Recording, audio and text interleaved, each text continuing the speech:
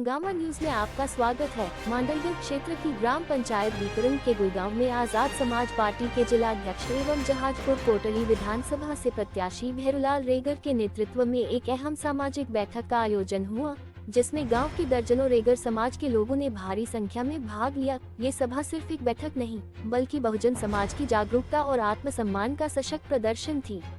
भैरूलाल रेगर ने गांव के लोगों से सीधे संवाद करते हुए कहा, अब हमें किसी से डरने की जरूरत नहीं है। जो अत्याचार करेगा उसका डटकर संवैधानिक तरीके से मुकाबला करेंगे। बाबा साहब अम्बेडकर ने हमें जो अधिकार दिए हैं, उन्हें छीनने की कोशिश करने वालों को अब समाज माफ नहीं करेगा। उन्होंने बंदोरी प्रकरण को लेकर कहा कि यह सिर्फ एक परंपरा का मामला नहीं, बल्कि बहुजन समाज की अस्मिता और सम्मान की सीधी लड़ाई है।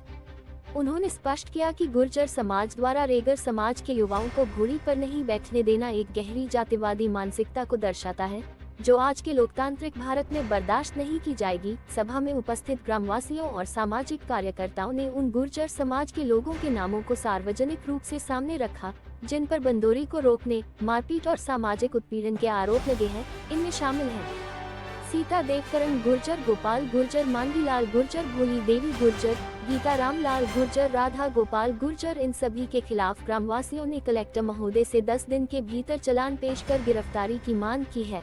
अन्यथा भीम आर्मी, आजाद समाज पार्टी और अन्य बहुजन संगठन सड़क पर उतरकर आंदोलन, जाम और अनशन करेंगे। सभा में बार बार यह नारा गूंजता रहा, वोट हमारा, राज तुम्हारा नहीं चलेगा, नहीं चलेगा।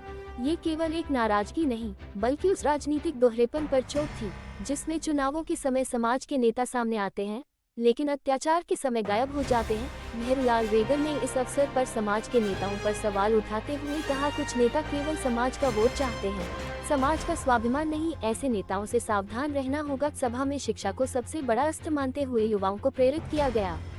भैरूलाल रेगर ने कहा कि संविधान को पढ़ो, जानो और समझो। हमें हथियार नहीं, किताबें उठानी है। जब तक हम शिक्षित नहीं होंगे, तब तक शोषण होता रहेगा। उन्होंने समाज के युवाओं से अपील की कि वे एकजुट होकर संवैधानिक अधिकारों की रक्षा करें और उच्च पदों तक पहुंचकर समाज का नेतृत्व संभालें। इस सभा में गांव के वरिष्ठ पंच पटेल एवं सामाजिक कार्यकर्ता भी शामिल हुए, जिनमें प्रमुख नाम हैं घीसूलाल रेगर, गणेश रेगर, भैरूलाल रेगर, शंभू रेगर, लोकेश रेगर, देवीलाल रेगर, चेतन रेगर, सत्यनारायण रेगर, लादूलाल रेगर सहित कई युवा कार्यकर्ता। गुड़गांव की इस घटना ने न केवल रेगर समाज में जागरूकता की नई लहर पैदा की है, बल्कि पूरे मांडलगढ़ क्षेत्र में सामाजिक अन्याय के खिलाफ एक नई सोच को जन्म दिया है।